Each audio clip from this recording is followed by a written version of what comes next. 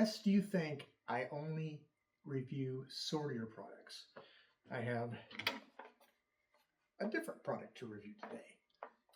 This is a Depeeka product. This is their Migration Era sword. This was purchased from Cult of Athena, and it's been in my collection for a little bit. And back in the day when I was a very young person, what interested me the most is the Migration Era, 5th, 6th, 7th, maybe into the 8th century, and Scandinavia, Anglo-Saxon England, stuff like that. So this is a sword that they make that is reminiscent of the Migration Era. So again, 5th, 6th, 7th, into the 8th century. And it's modeled on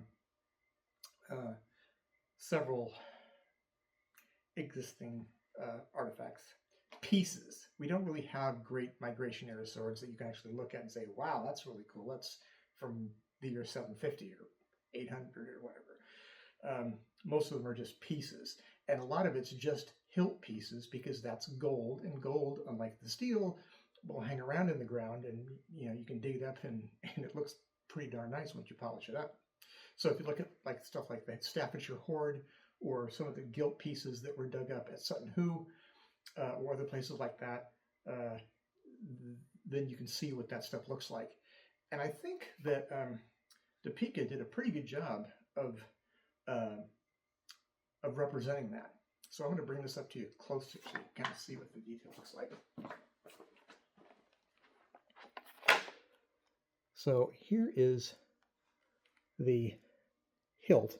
It's called a ring-hilt sword because of these rings. Now, if you look at existing artifacts, some hilts have an actual ring and another ring that is separate and it can move around. Others look like just like this, that it's one piece. It's meant to look like a ring holding another ring. And they're put together, as you can see, this is put together with two rivets here, rivet here, and then there's another rivet here and here. It's a very short handle. It's very ornate.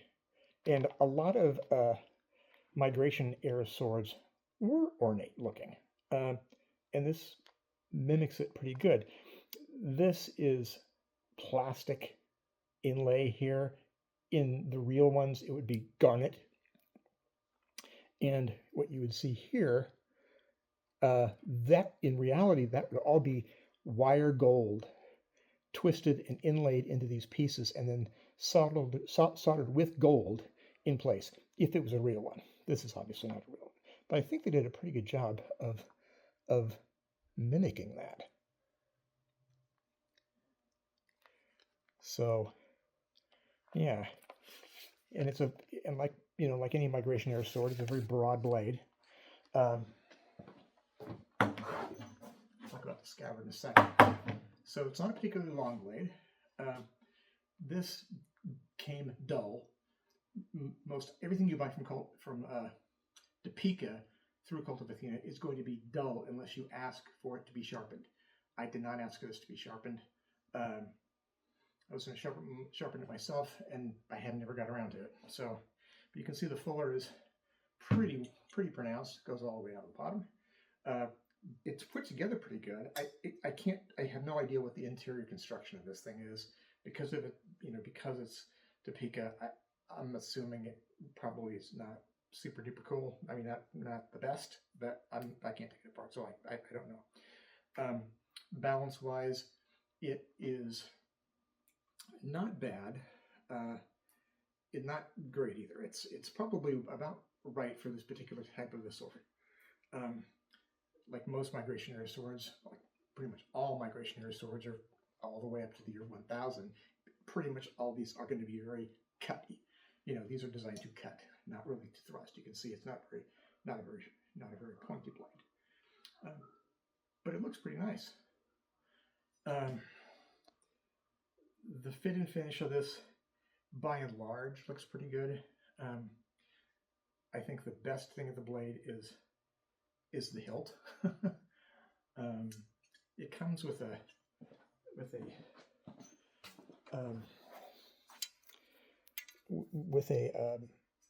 bit of felt here.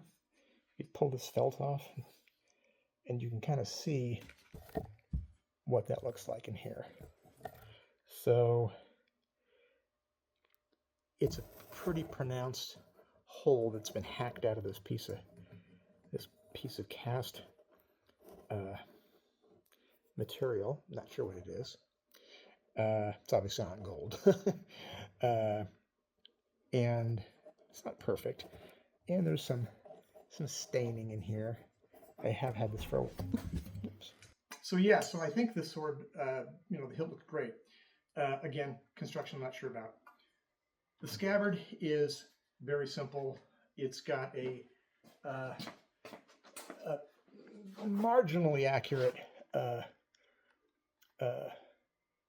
way to connect this sword to your belt. And it is stitched up the backside. It's made of leather. And it's got a metal throat locket and a metal shape. It's not great. But it's also around, when I got this sword, it was around $300, $289, something like that. With the shipping, it was a little over $300, I think.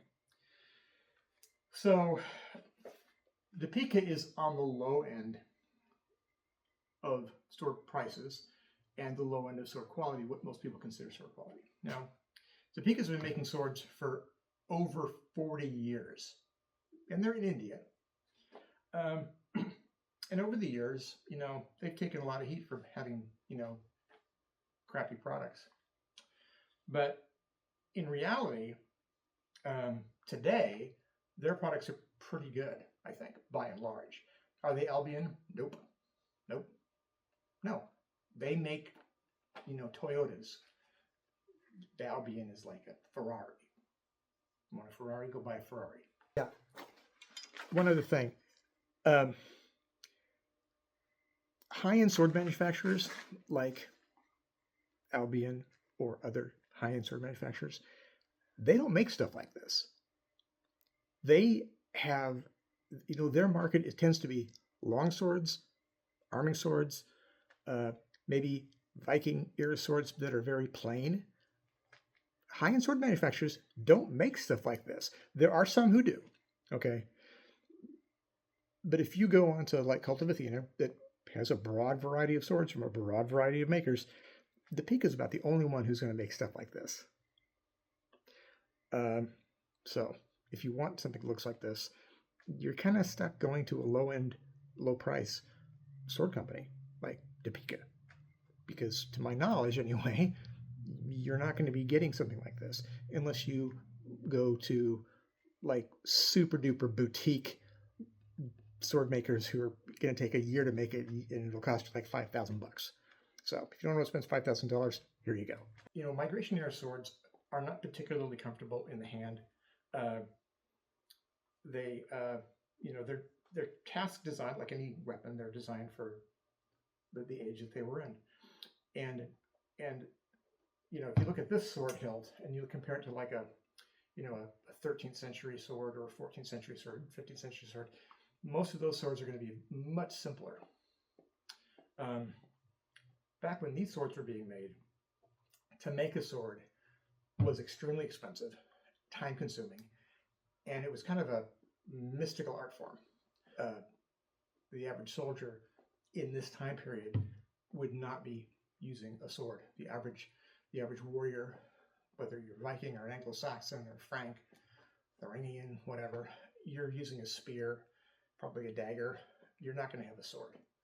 This is for the upper mucky mucks, but not for your average warrior. Your average warrior could have a hand axe, obviously, like a hand axe.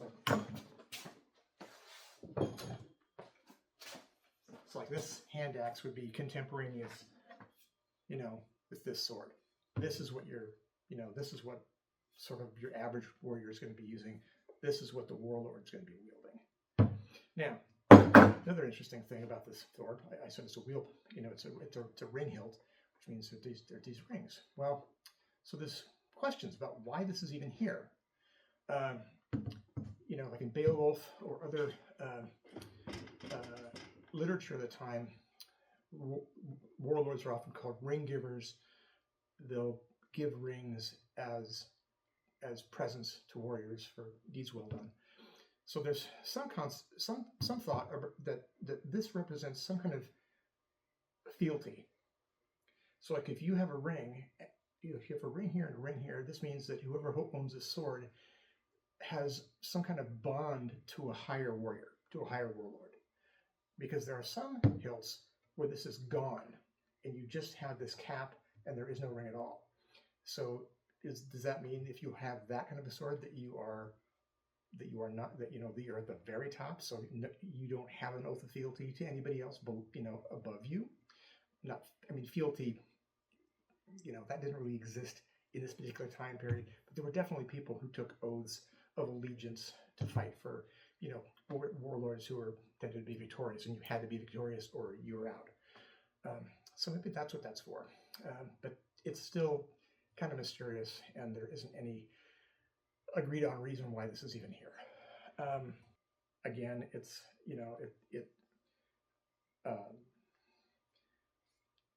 it's very difficult to hold in a handshake grip.